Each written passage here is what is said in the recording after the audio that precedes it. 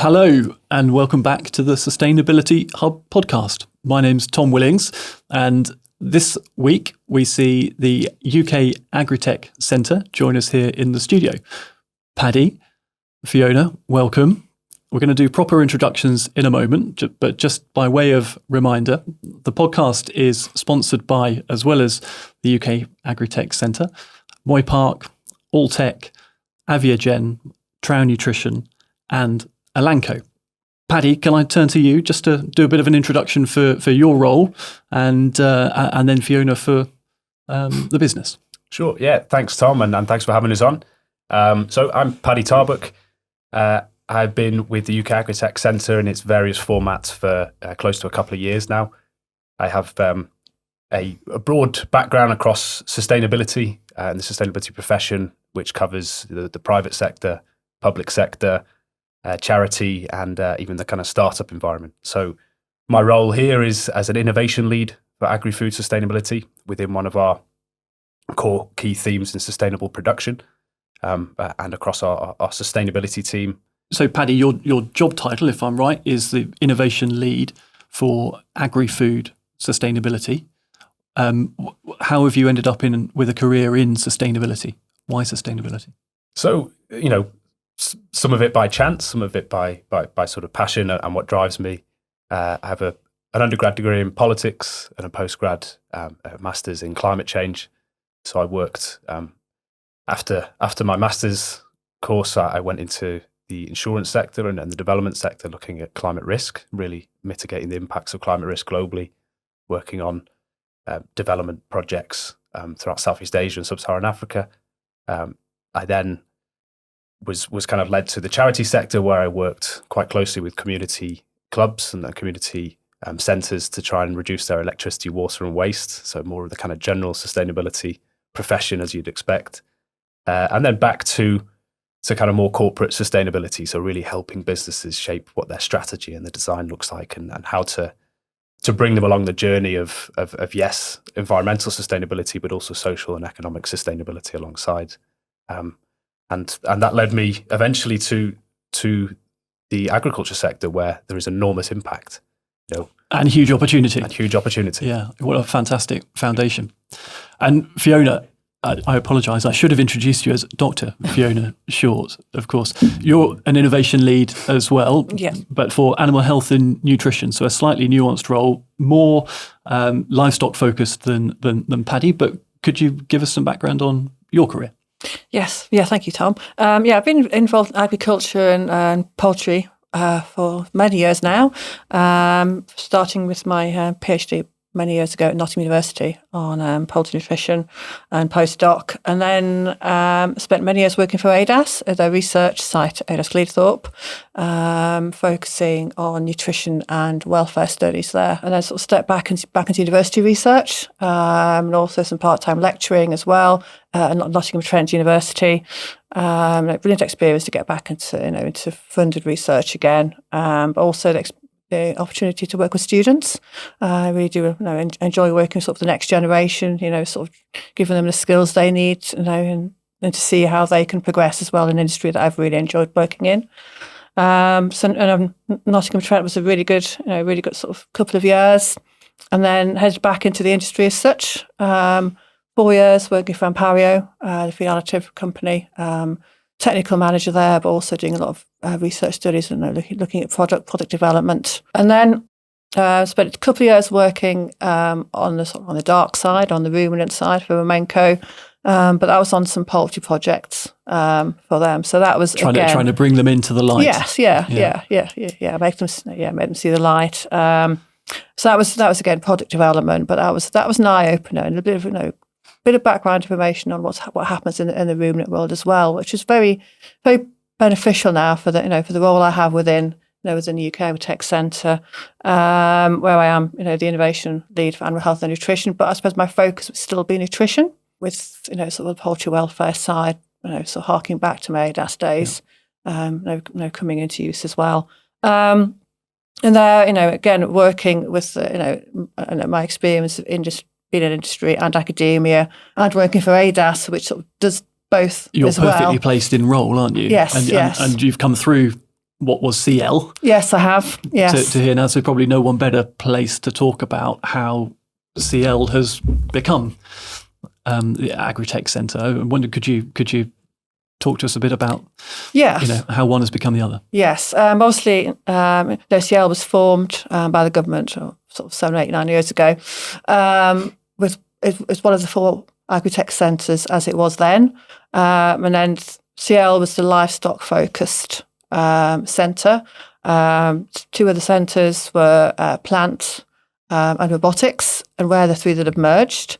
And then there was a 4th centre, agrimetrics, which is looking at data, and that is still running. It's a completely separate company now.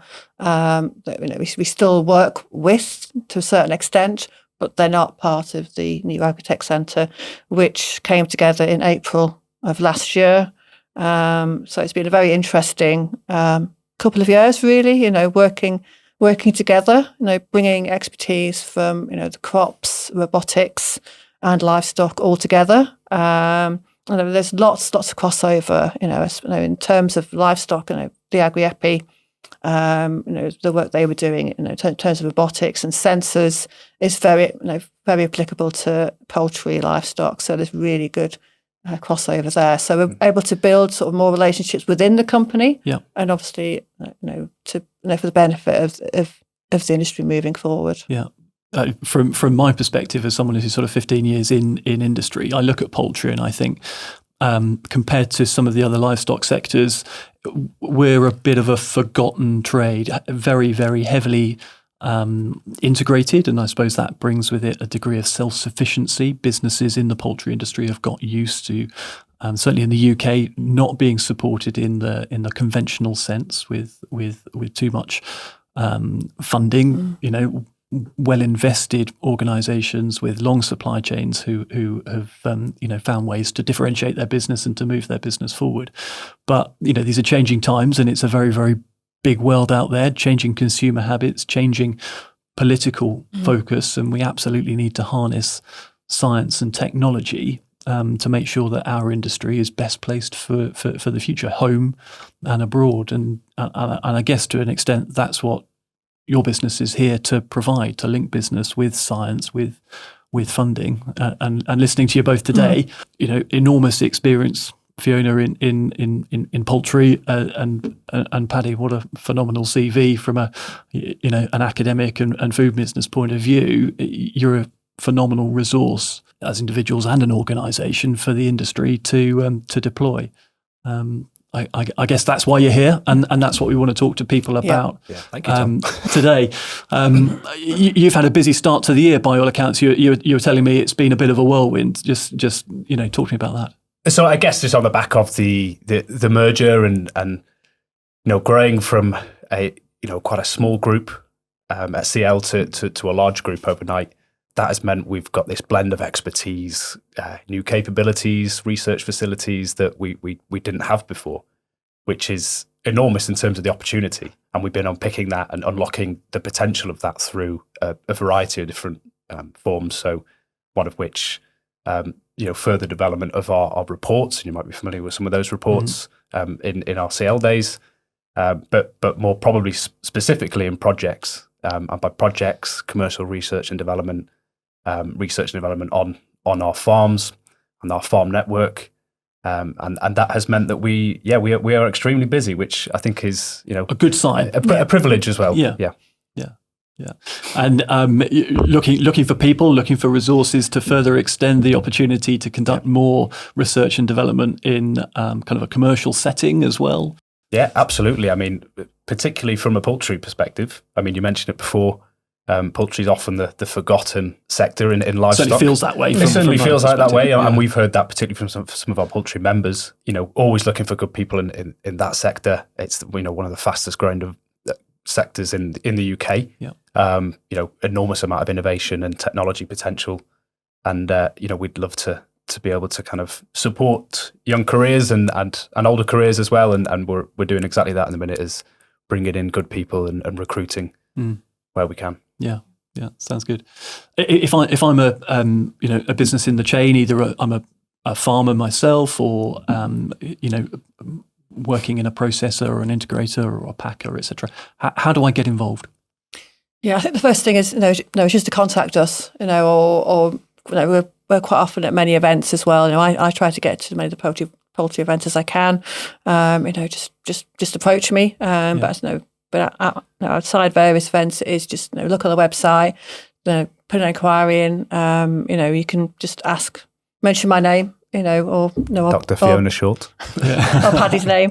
And it will come. It will come through to us. Yeah. And we can quickly organise a virtual online meeting, and we can listen, and we can assess, we can simulate data, and we can sometimes we go back and come back, with our thoughts, or we might be able to sort of think about various projects that might help, or various people that we know that we're in contact with that might help as well. So we do have lots of contacts within the industry, within other stakeholders, the government, HDB we work closely with, retailers, and a few. We do have lots of really good links. So, if we don't know the person that might be able to help, we might be able to find out for you and help. Yeah. We do have a membership as well, which anyone within agriculture is welcome to join. We have 3 different levels: activate, elevate, and accelerate, depending on how much you want to invest. Because obviously there is a membership charge. But it starts pretty low, doesn't it? It's a £500 annual membership for a foundation level. Yeah. It all depends on the size, because we have 3 levels of size of company as well. So it's all it's all like pro rata, depending on how much you want from us, and also the size of your company as well. If I'm a farmer, there is even a role for me within the UK Agri-Tech Centre to take a membership, to be an active participant, to get a benefit from it. There's something for me there, as well as the big businesses looking to access funding or put in multi-million pound bids, etc. to government backing. Is something for everybody. Yes, there is, and obviously you can benefit from just turning up to we have some membership events which are for members only. Typically they would have presentations, and and sometimes they have a different theme. So it may be a funding theme. It may be looking at new regulation theme. It may be looking at sort of some new standards coming in. Yeah. It just depends on the actual event what that theme is. But the main focus is to bring people together. I'm glad you said that. I wanted to sort of bring us back to what's the core purpose. Yeah. Paddy, am I right in thinking, and correct me if I've got this sort of wide of the mark, but it's about bringing again, business and science together to work collaboratively, either in isolation of government funding, but perhaps also for an application of it for backing as well. One of these sort of project calls to further research and development with a variety of different parties working together. Is that absolutely? And I think we probably work in a variety of those different stages. I think what drove me to get involved in CL originally, the UK Agri-Tech Centre, is this notion of translating science into communicable formats that can be accepted by all different audiences. And you mentioned farmers before, and perhaps a membership offering, and how we kind of bring them along on the journey. And ultimately, all of the research and development we're kind of exploring is to support the adoption of technology and innovation and different ways of farming and practices on farm. So we can't do that without the farmer. And we've got to be able to find a way of communicating and sharing knowledge in the right format to be able to do that. So sitting in this kind of almost this nexus of industry, academia, government, with a view of kind of working directly with farmers is quite privileged in a way, and helps us kind of sit back a little bit and be kind of independent and evidence driven in that way as well. Yeah. And Fiona, you touched on different themes, different projects, and what's the word? Challenges that between industry and academia we're trying to crack. What's on the agenda? What are the kind of topics that projects are starting to research or to try to get to grips with? Obviously, my particular area, a lot of projects are looking at soil replacement. Making lowering the carbon footprint of feed, which obviously in pig and poultry feed, It's always a huge part of the footprint with land use change as it is. It is, yeah. So that, there's been several projects in that area. And then I mentioned, no welfare, and obviously with the beak trimming ban that may come in down the line as well. It's been ongoing forever, I think. I think when you put system of production and cage versus outdoor or cage versus indoor alternative systems as one challenge. You mentioned beak trimming, but you could also talk about male chicks as well. There are transitions or adaptations that the industry as a whole are facing into, and technology and science and research and the application of then that sort of evidence-based learning, that's surely got to be how we move forward. And again, that's probably where you guys come in. Yes, and I think the industry always does what it's best for the bird. Always puts the birds first, and they always, in terms of progress, it does move forward, and it eventually takes time and obviously a lot of investment, a lot of research, and that's ongoing. Obviously with thinking about sustainability, change to white birds as well, and extension of sort of bird life in terms of longevity that is currently ongoing. There's lots of issues there that could happen on farm. So obviously lots of projects now looking at ways that we can monitor bird health, bird welfare to increase the chances of having a long, healthy flock. Yeah. Which is the focus of laying farms at the moment.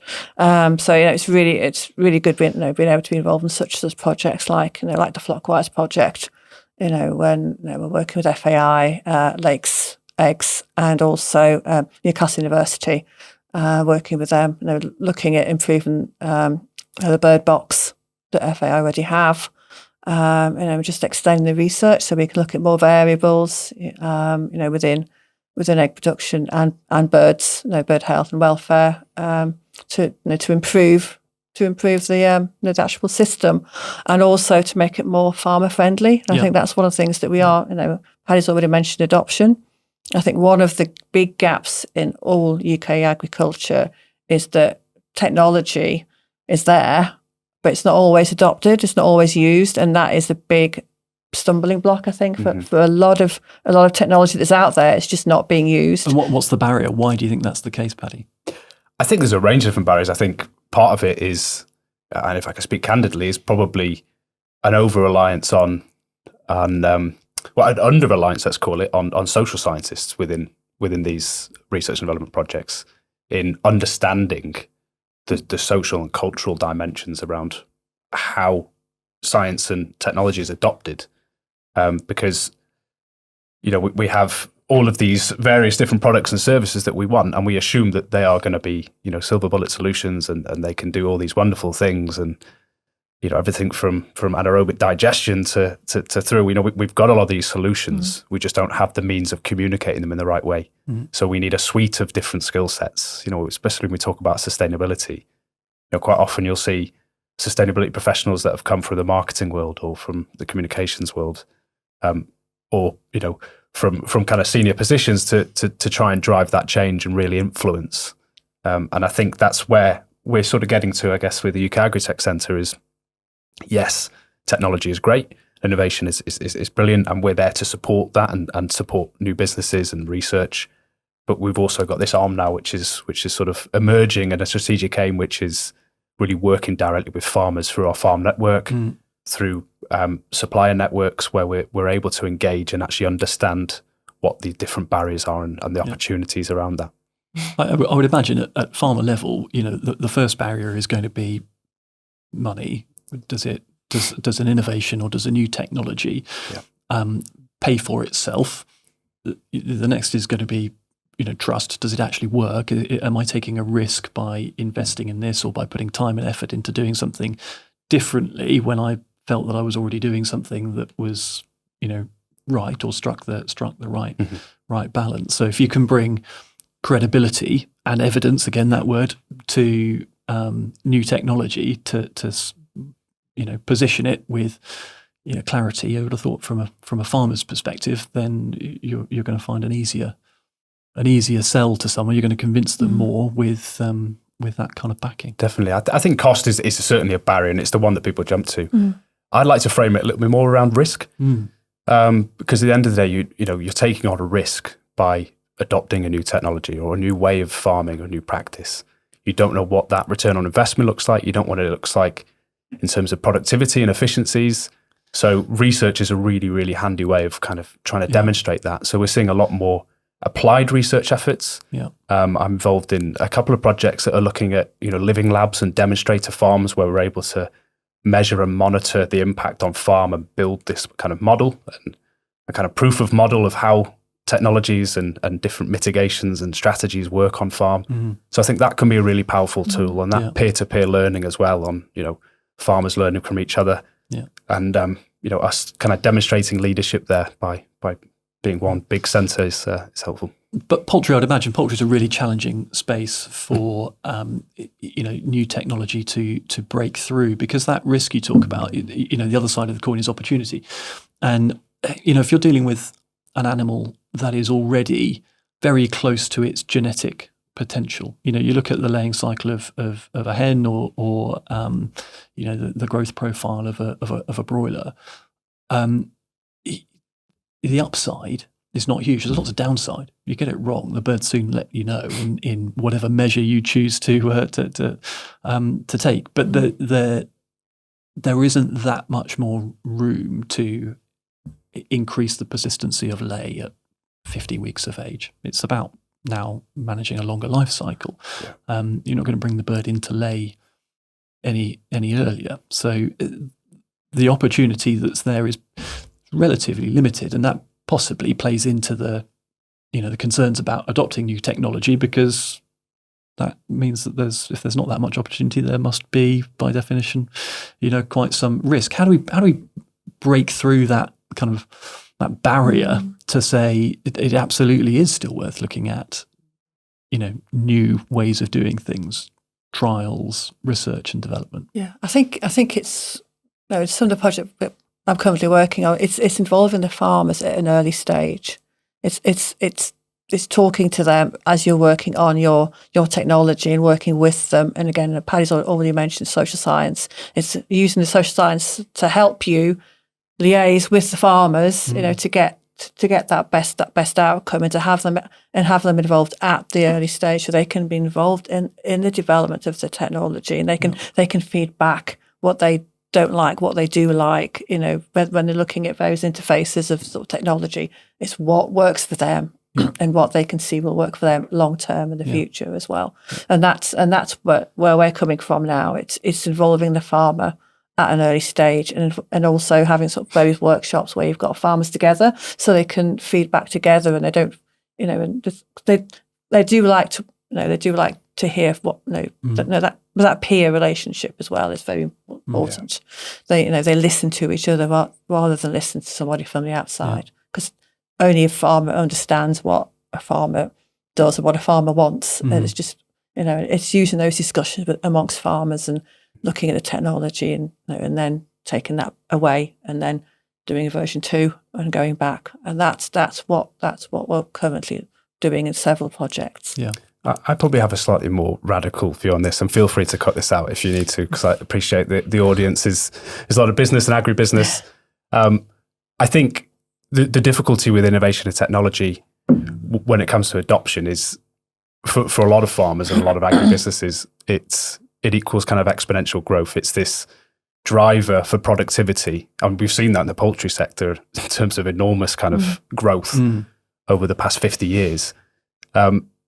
When ultimately, I guess you factor in all these different polycrises, climate, AI, all of the various different, stresses that we're seeing on the system.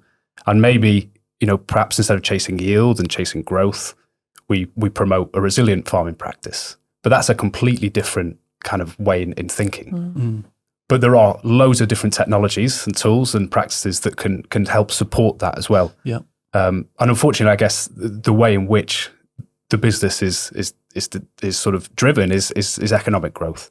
So we almost need to decouple some of that and try and unpick what that means in terms of the farmers. And they've been paid and subsidised from kind of post-war to drive growth and really try and produce food as their ultimate outcome. But what about the environmental costs? What about the social cost and the human health and public health cost? Absolutely. I love your radical view. I don't know that is a radical view at all. I think that's absolutely common sense. And I wonder whether or not the word sustainability to a farmer is a bit of a red rag to a bull. It's been a stick that probably feels like it's beating the farmer most of the time. It's interesting to see, in recent days, the Farm Assurance Review come out and talk about how rules have changed, how emission creep is the term that's used, where codes of practice have extended the breadth of their reach to encompass things to do with sustainability, and perhaps the word resilience better shifts that balance back towards there being a benefit to the farmer in how they manage their business, because surely every farmer in the land and in every land is interested in the natural world, the interplay between their farm and Mother Nature, the countryside around them, their animals, of course, and if they can get that balance right, their business should stand the test of time, ergo be more resilient. You mentioned soy earlier. When I think of sustainable, but let's use resilient farming, I think of our feed, as in animal feed, and the supply chains, global supply chains that go to make our compound diet for poultry. And I think, how do we change that such that we're not such an international market? Interesting when much of the world at the minute, in the last couple of weeks at least, has been more inward focused rather than global trade focused. You wonder how we become as a nation more self-sufficient in terms of what our poultry consume. What could we replace soya with? Alternative proteins, insects, for example. I don't know. And then the other aspect is manure management and the ecological impact of poultry production. How do we balance our need for nutrient in parts of the country where we're using a lot of chemical synthetic fertilizer, whilst in other parts of the country, the over application of manure or management of manure have led to concerns about environmental damage. What work are you guys involved with, or what could we be doing on researching solutions to those resilience challenges? Yeah, I think going back to soy, and it's a difficult one, isn't it? Because soy is such a good protein source, which is why it's used, and obviously it's got the amino acid content is as close Nirvana, yes, isn't it? as we can get from many plant source. Obviously, when it first came in, replacing meat and bone meal and everything from the BSE crisis a while ago. It's had lots of breeding since then to make it the perfect protein source for poultry feed. And I think that is why we have the problem. Is there's no other source. Should meat and bone meal come back? Oh, contentious. It's very contentious. Yeah. I think I would say yes. I would say as a purist looking at sustainability, looking at what we've got out there, yes, provided it's a safe source. Yeah. Scientific evidence would say it is safe. Yeah. It has been. We've got the checks and balances and the controls in place to regulate this. Yes, but it's very difficult. Obviously, they're trying to use it in Europe. It's not easy to use it. All the rules and regulations for using it, in the feed, and having everything strictly separated just causes huge headaches for the industry over there. Obviously, over here, you'd have those same headaches, provided it was allowed. Obviously, at the moment, it's not allowed, but it could well be. Next 12 months, it could be allowed. Well, it's under review at the moment, yes, isn't it? But it unlocks. It's more than just the sum of the parts. If the insect industry is to is to grow, and there's been a phenomenal amount of investment in insect protein, whether it ends up being, for poultry or even direct human consumption or aquaculture. It must have a place in circular food systems. Yes. They're the most efficient converter of waste back into protein. How do we harness it? I think that's what we really need to focus on, is looking at the circular economy, and obviously meat and bone meal and would play a huge part in that.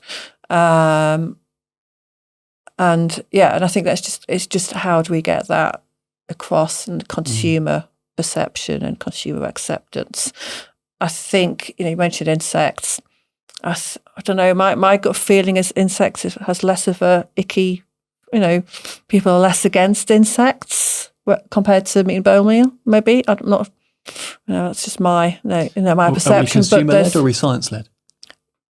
It's the consumer, the retailers, isn't it? Is that the way it should be? Ideally, you say science, but you look at the hoo-ha, just over the Bovar. Yeah. A few months, a month or so ago, and people, it just takes one article, one mention, and someone to pick it up, and social media can take it completely down the wrong route. So you have to be so careful. Yeah. So, I think short term, I think very difficult to get meat and bone meal in. Yeah. Insects maybe a bit quicker. So we are looking at other alternative proteins. So you're looking at either crops within the UK. You're looking at other sort of former foods. Sort of products from the human food that sort of aren't suitable to go into the food, but are very suitable for feed. Yeah. So we're looking at other options like that, and I think that that's led to a huge number of projects in that area. Yeah. Going back to insects. So there's a huge interest in insects. The government's fully aware of that. It's funded several projects that are ongoing at the moment. Harper, Nottingham-Trent have got various projects ongoing. We're going to be involved in a big sort of project in the next 12 months, looking at some of the issues in terms of the regulations, standards, and also looking at how can we remove some of the blocks that are currently there into its use. And also into looking at rearing of insects and some of the blocks, that some of the substrates, because that is the big issue, is what do you feed insects on? Yeah. Because you don't want to feed them on food that could go straight into the animal food train anyway. You want to feed them on things that wouldn't be used, so you get that full circularity. So there's a lot of work being done over at Wageningen and Ferrer. For example, they've done lots of sort of safety studies on various substrates, and there's more work needed, but there's a huge amount of data there that can already help in terms of looking at how we can do our legislation and looking at policy to be able to make the use of insects sort of more possible. Obviously consumer acceptance will play a part again, but I think insects really do have a good chance of becoming one of the options of perhaps reducing our reliance on soya. But again, there won't be one silver bullet in terms of replacing soya, because soya is the perfect source at the moment.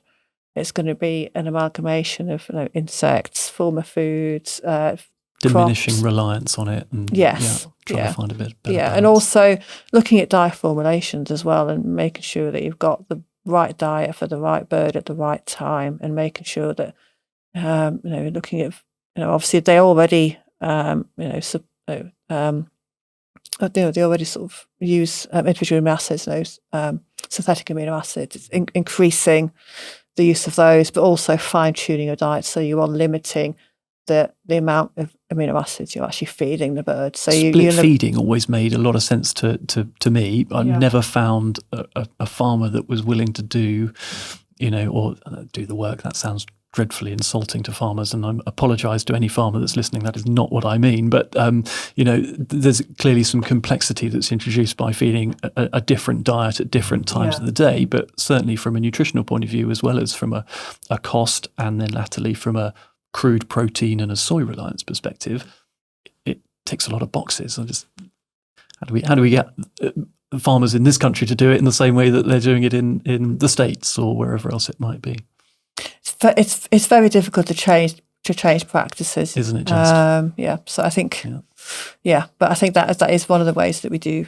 We do need to look at to make sure that it's what we feed the birds and meets their requirements. So what they excrete is less. So we reduce the pollution issues, but we also make the most of what we've got. We're making the most of the feed ingredients that we've got.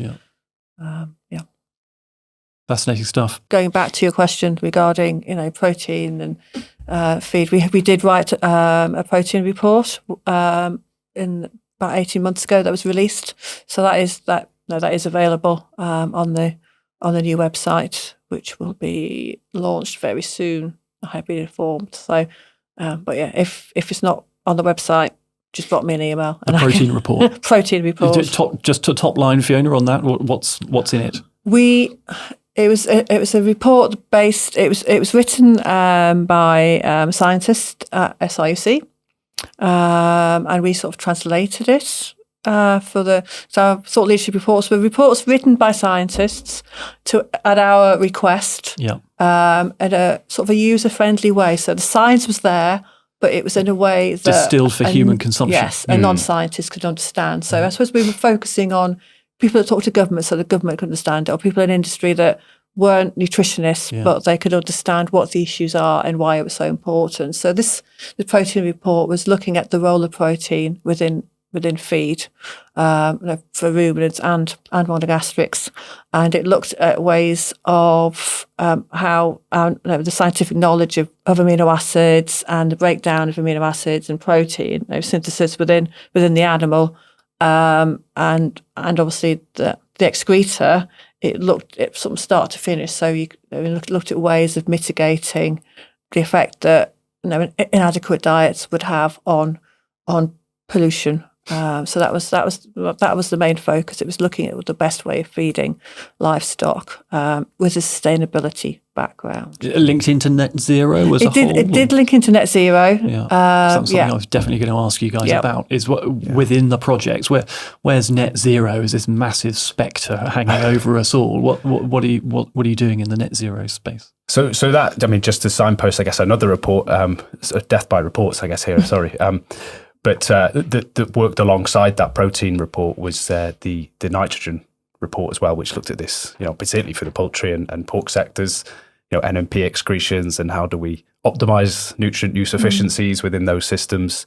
But I guess maybe, from a net zero perspective, we have, 3 reports on net zero and livestock from our legacy centre, I'll call it, CL, as it's a naughty word now.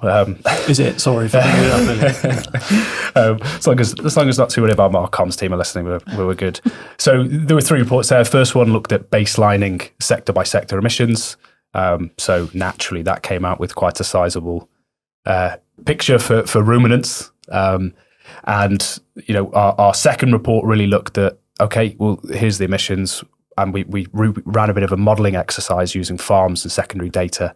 And that was again commissioned by a group of scientists and leading scientists around the UK. And that second report really highlighted sector by sector. These are the animal, feed and manure related emissions strategies that you can take in place to reduce your emissions, and what those exact emissions looked like when implemented in synchrony. So for instance, feed efficiency and lower crude protein levels alongside anaerobic digestion or manure management practices that might kind of optimize that. And I think the big picture that came out in, particularly for the poultry sector and through that modelling exercise, was that feed production, including land use change, was over 80% of carbon footprints from a farm. So, naturally we're going to gravitate towards the biggest number, and the biggest number is land use change, and a lot of that is associated with soya.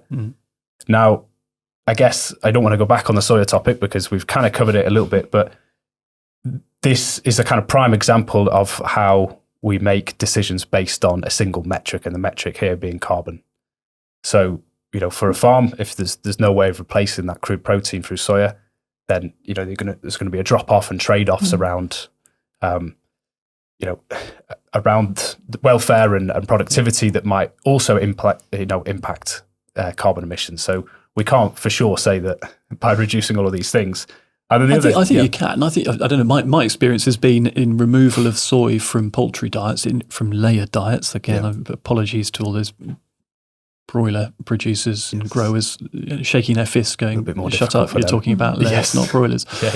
But it absolutely can. The challenge is forgive the pun, but a chicken and egg one of supply of the raw materials that we could ably be growing in this country, but we don't, that could be going into the layer diet. And using those raw materials, so peas and beans and rapeseed meal, as well as sunflower, admittedly, imported, but that balance could wholly replace soy. It may not be cost neutral, and it may be at the expense of the very, very top end of yield, be it number or be it size, but it's definitely not out with. The only challenge is people don't grow what we could be using as, these raw material supplies, because there isn't the demand. If we can create the demand, and what we need is then the signal from the market to say, I don't want my egg supply chain to be sourcing X proportion of soy from abroad. I want to be using Y proportion of these ingredients,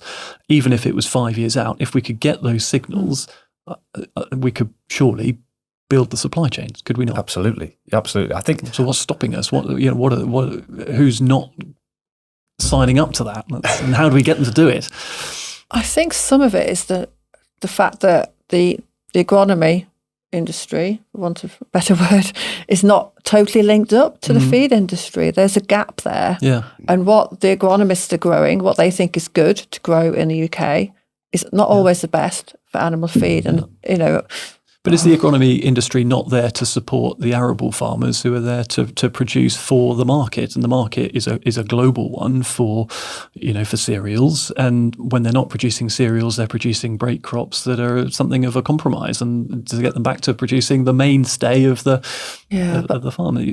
But they still focus on their main market, which if you look at your peas and beans, especially peas, it tends to be for human. Yeah. And therefore, that's where it goes. That's where they can make obviously a lot more money. And quite often, the breed of peas used might not be the best to be used in animal feed, and that is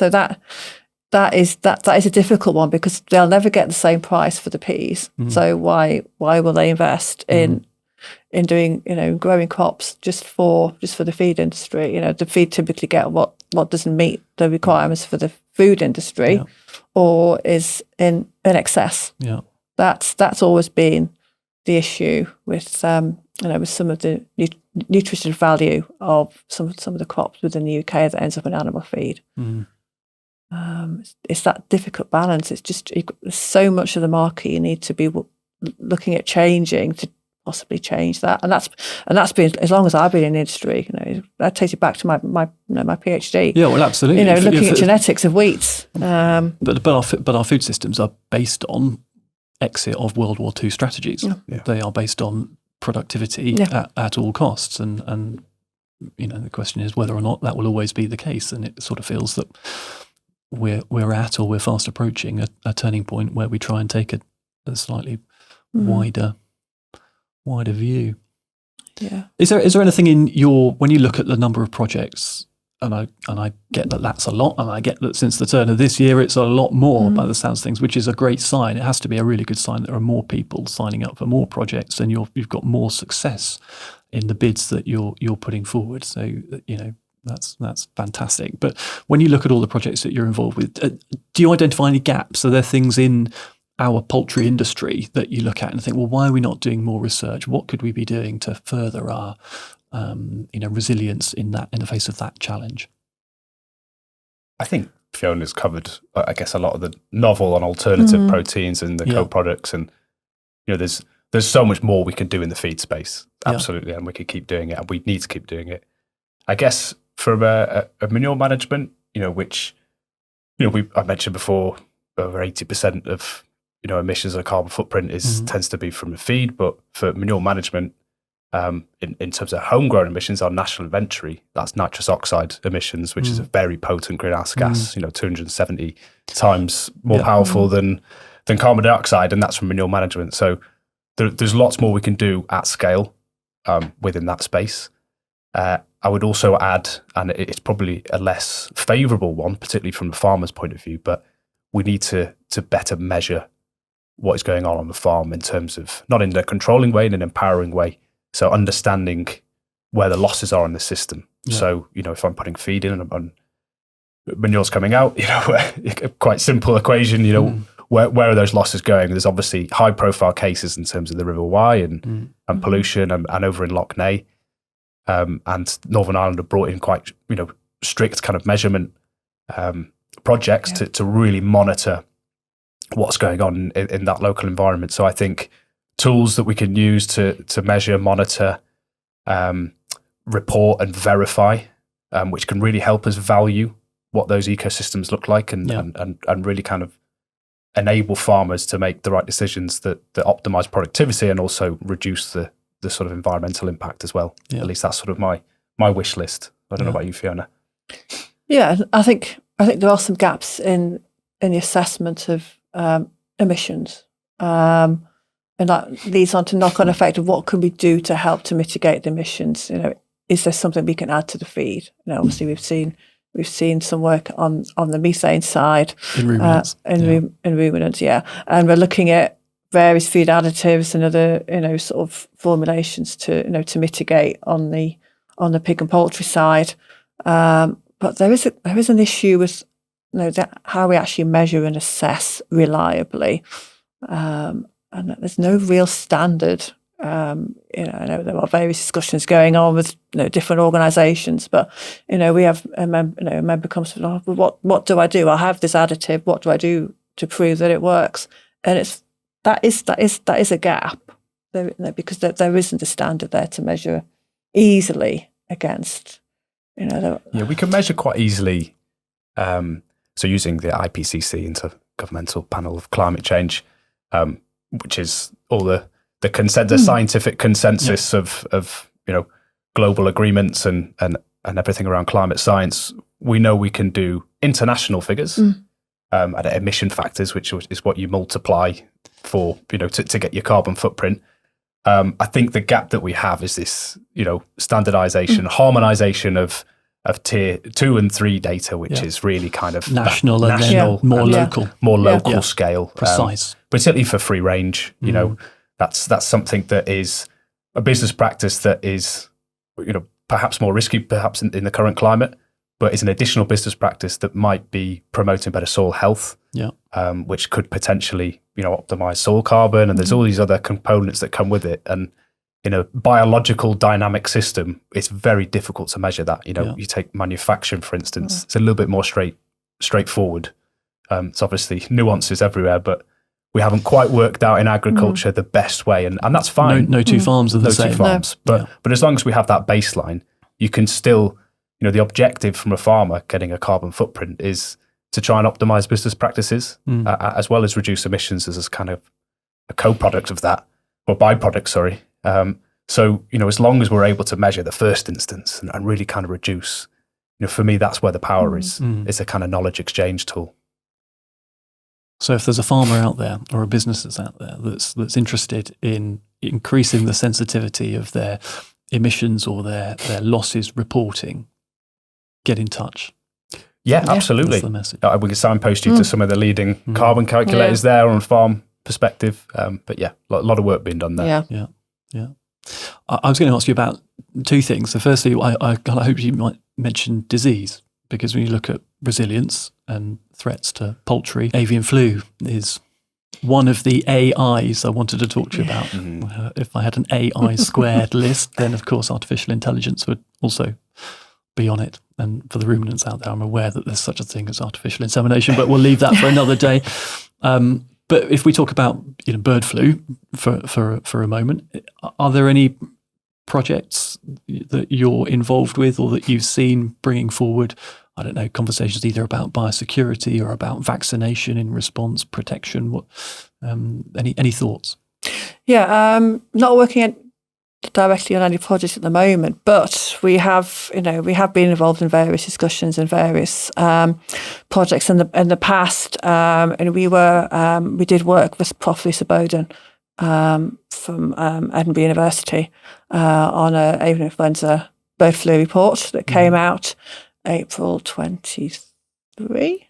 Trying to think when it's still available, and that it went through a lot of the science behind it and the issues, more practical issues, because obviously again, like for most all of our reports, it's for everyone, so the science was there, but in a very understandable manner, and obviously it went through the basics of the biosecurity, the impact, the effect of the backyard poultry rearers as well, and we were able to use a lot of her knowledge because she's a lot of work with the Scottish government, looking at their response to avian influenza. So she was really good at being able to vocalise what the issues are from both sides.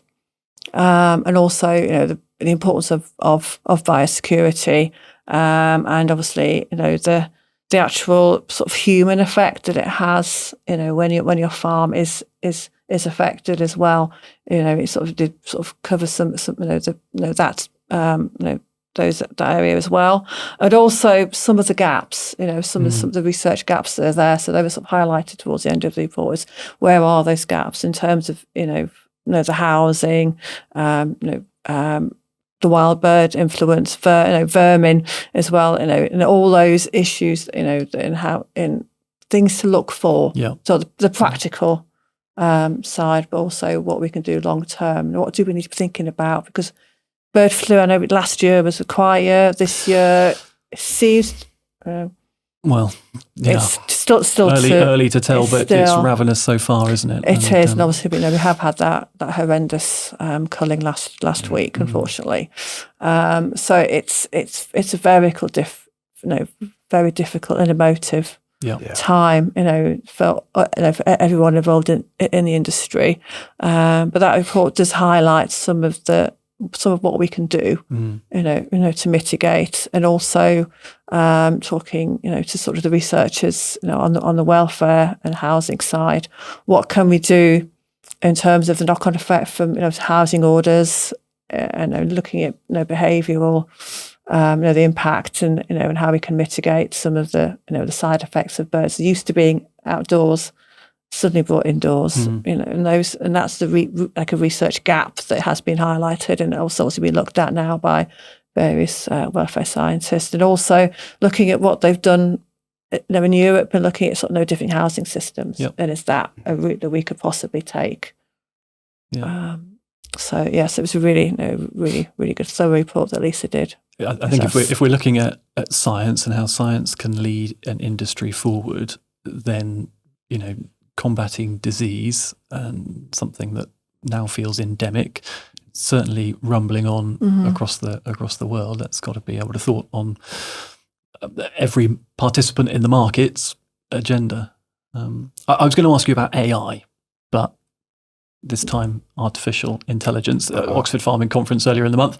That was on the topic about harnessing that. I mean, does it feature in part of your day-to-day work? Are you using AI? Yeah, it's a big topic as well to unpick. Yeah. It means different things for different people. It does. I mean, prime example, the livestock sector, you mentioned them before. It's probably further down the pecking order as an AI, but I think it's got the potential to be absolutely transformational for every part of our life. I mean, AI and the way in which it's been used within agri-tech is a lot around kind of machine learning and particularly large language models. So big, data processing. And we've used it, for instance, in a project where we were taking taking sort of camera, or taking photographs even is the word I'm looking for, of hooves, of dairy hooves as they're coming through, to try and get an understanding on lesions and the prevalence of lesions. So then we can, directly, plug that into a machine learning model where we're able to sort of early identification. So even before lameness, there are lesions. There are lesions, yeah, exactly. And the same can be said, and I think is being applied in the poultry sector, to listen to behavioural patterns in the flock, so to try and process all of that data. Prior to this, we would have, multiple researchers sort of plugging those numbers or looking at the images to try and understand those behaviors. Now we can plug that into a model. Yeah. We're able to try and deliver kind of actionable insights. So I think it's really around this precision farming and data-driven. Data, that's the thing. I mean, you go back only 10 years and the paucity of data, I'd imagine, was very, very different to today. Now it feels as though there's a bit of an arms race to gather farm data. Very, very difficult for people to try and get around every farm with pen and paper or clipboards in the old-fashioned way and take notes. And we're asking more and more of farmers to put data into a variety of different systems, SaaS models, etc., just to give the raw material for these kind of technologies, whether it's machine learning, as you say, or AI, to actually then try and derive some learning from it. Yeah, I absolutely. I think the opportunities are pretty clear, as you mentioned. I think the risks there, we're overburdening farmers with data generally, various different platforms and softwares that they're having to use and plug stuff in, and you're overburdening in the sense of, away from your day to day. How much are you then taking? You hear from farmers every time I speak to them is they're spending more and more time on administrative tasks.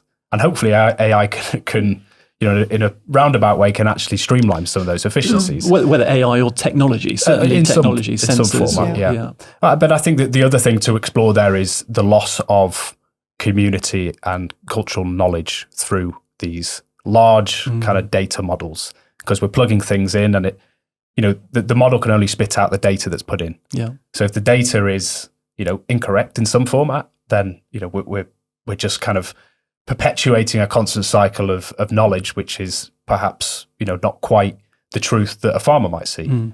So I think it's really crucial that we balance it in the right way. And I guess from a net zero perspective, you're seeing all of these, this data processing in huge servers, and those servers are outstripping energy demand beyond anything we've seen before. So, you've got servers over in China and the US that are, recommissioning coal mines to deal with some of these data processing. And that's a risk we need to try and talk about, because, the pursuit of net zero, the pursuit of sustainability can't be at the expense of kind of more constant growth, which we're not able to withstand. Yeah. If I'm a farmer and I've got an idea, I'm not sure it's going to make, commercial reality for the entire industry, but I'm committed to either using my own farm or the facilities that you might have to establish whether my idea has got legs. Again, how do I get involved? What can I do? No, the first thing to do would be to come to us, and we would listen to your idea, and we would assess as to what we thought would be the next steps. So whether it would be depending on what it is and how close to use it is, it would be a case of, well, does it need further development? In which case we may look at one of our sort of research capabilities. So we've got 3 poultry facilities. We've got a large house up at SIC Alamure where we can do multi-pen studies. So if something to go in the feed, that's the sort of place we would run replicate studies on broilers and also small turkeys. They also have facilities there for layer hens. So they've got a large layer hen facility and some smaller rooms where you can do sort of small scale. So if it's I'm really not sure what if it's going to work or not, you can just get a few birds and just test it. So it's perfect place there. What about something bigger than that? So what's the next step on? The next step then would be looking at our farm network and looking at it on farm. Yeah. I mean, is it even possible to use my own farm if I've got a couple of sheds? Can I have control and a trial? We can always help and advise, in setting up of a study. If you've got several houses, so you can do a with and without. Yeah. Obviously, it really depends on what the idea is. Provided it's if it's a feed, it follows all the feed regulations, and all the welfare regulations, then there's no reason why we can't just try it on your farm. Yeah. Sort of going back to our other sort of research facilities, at Bristol we have an 8-room small facility, typically used for layers, because you can replicate the environment. How many birds are we talking about? You're talking about sort of 100 to 200, depending on the age of the bird and how you're sort of if you're going to put them in pens within that room, or if they're going to be have the whole room.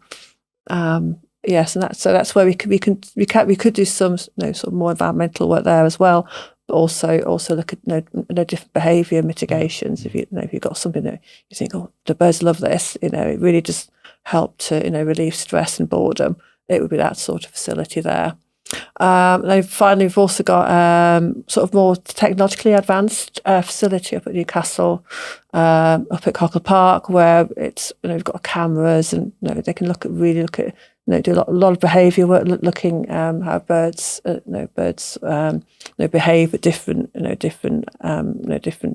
mitigations or different housing, different they can look at different feeders. It's complete depending on what you wanted to do. Yeah. They've got those cameras that can watch different groups of birds at different times and look at how they respond to the to the technology.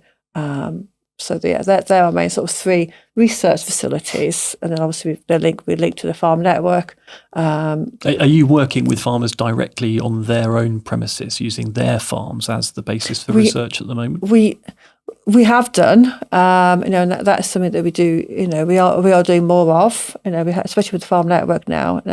CL CL didn't really work. Yeah, we were probably a bit more on the kind of, I call it the hard end of research and development. So really kind of studying animals in a controlled environment. Yeah. And I think what the beauty of the merger, if I can plug it again in working together, is that we have taken on this farm network, which is almost that applied end, really working with farmers and a group of farmers across a range of different sectors and mixed enterprises. And we have 24 farms there, which, range all the way from the top of Scotland down to, the southwest. Across 24 across all species and all sectors, or we're pretty much well covered across all species. Yeah. Again, sort of symbolises the forgotten sector in poultry. We only have one, which is a free range. Okay, but it's a start. But it's a start, absolutely. Yeah. And it's one of our most innovative farms as well up in Scotland. They've got free range eggs and arable. 32,000 free range laying hens, 190 hectares of arable land. Yeah. On their protein, they've reduced reliance on imported feed by producing homegrown protein. Yeah, we talked about that earlier. That's achieved. They've measured that as well, so they've got a carbon footprint. Yeah. They've achieved 185 ton CO2 equivalent annual reduction through this. Which is huge. I'm thinking if I put my egg base hat on, doing a lot of carbon footprinting on farms as a proportion, that's a significant reduction. Yeah.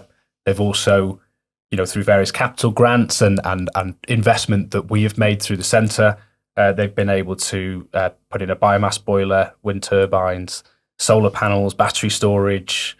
They're also looking at min-till and cover crops, and they're measuring biodiversity and all these various things. And they've planted 8 kilometres of new hedges. And where's the case study for this farm? This is incredible. This is incredible. And I think that's the point of the farm network, is we're really looking at that applied research. So in practice, what do these technologies do? How can they support farmers?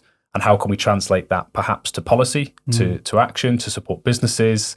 So we're now covering, obviously from our CL days, probably a little bit more on the hard research and development, which is really important because we need to unlock new ideas and new potential.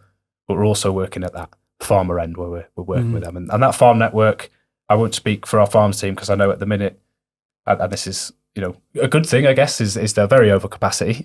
They won't mind me saying, but that is a growing team, and that is a strategic aim for the business, is to try and grow that. So you need to grow your team, but you've got 24 farms, you've got 1 poultry farm. How many do you want? Oh, I can't say because our head of farms might tell me off. But I think we're always looking for keen farmers, because that poultry farm you've described, as phenomenal as they sound, I guarantee you they're not unique, or that there's nothing there that could not be adopted, replicated or a different version of something innovative going on elsewhere. There are plenty of examples of incredible practice that breaks the mold going on in the poultry farms that I've seen in this country. It's just giving them somewhere to come together to say, look, this is the art of the possible. Yeah. It's and I think that's it. It's that peer-to-peer learning. It's come and have a look at this farm. Oh, actually, we're doing a lot of that already. We're just not shouting about it. And I think it's the storytelling component of agriculture that we've really not got down to a T. Yeah. Because there is a lot of good things going on. Knowledge transfer doesn't have to be in heavy science as a backdrop. Let's just share best practice. So let's get a clear message out there, either to farmers or to those that are managing collectives of farms. If you've got practices such as these going on in your network, bring it to light. Bring it forward to the team here at UK Agri-Tech Centre, and let's see if we can't get more people deploying these techniques. Yeah, and that's what we have recently. We're working on a farmer survey as well, looking at the best way of working with farmers and getting best practice disseminated.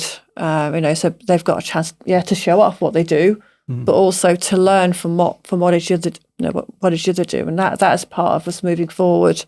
Really hope that we can get more poultry farms involved, so that we can learn from each other, and also obviously improve the poultry industry as a whole.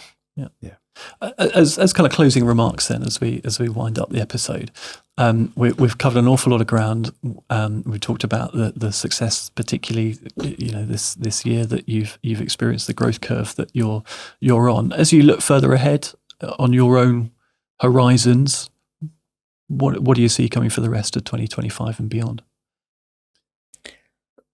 Fiona, going to put you on the spot. Sorry. Yeah, there's a lot to look forward to. There's a lot still to do, and I think a big focus will be on looking at these the alternative proteins. Obviously, we've got various government initiatives in terms of funding for various centres in that area at the moment, and I think it's looking at ways to improve the options that we have for alternative proteins, but also things like legislation and acceptability, consumer acceptability. There's a lot of work to be done there, but I think we are sort of starting to break the back of it, but there's still a lot to be done. So that is, the next sort of 12 months or so is going to be a lot in that area. And also I've mentioned several times, farmer adoption, that is really the key for the next sort of 12, 24 months. It's no, as I say, it's no good having all these new technologies if they just stop at the technology stage. They don't actually become utilised and become normal. The good technology should be out there and should be being used. Yeah. Paddy, anything to add? Yeah, no, I think from a research perspective, absolutely. I mean, we're always going to be focusing on the alternative proteins, and particularly as input costs are rising, this is a real low hanging fruit, but a very difficult one to crack. I think beyond that, it's hard to avoid, and not to end on a doom note, but it's hard to avoid the impacts of climate change globally and in the UK. So we need to understand stresses. We need to understand, heat stress, how we can mitigate some of those production side challenges and risks. So that's one area. I think it'd be great also to try and carbon footprint as many farms as we can, so we've got that baseline and we know where we're working with. In terms of business support and how we're kind of framing some of our support in the sustainability team, at least, is general sustainability advice and research support. So reach out to us, explore membership options, but also reach out regardless, and we can help deliver a kind of bespoke set of services there to support on your sustainability strategy and design.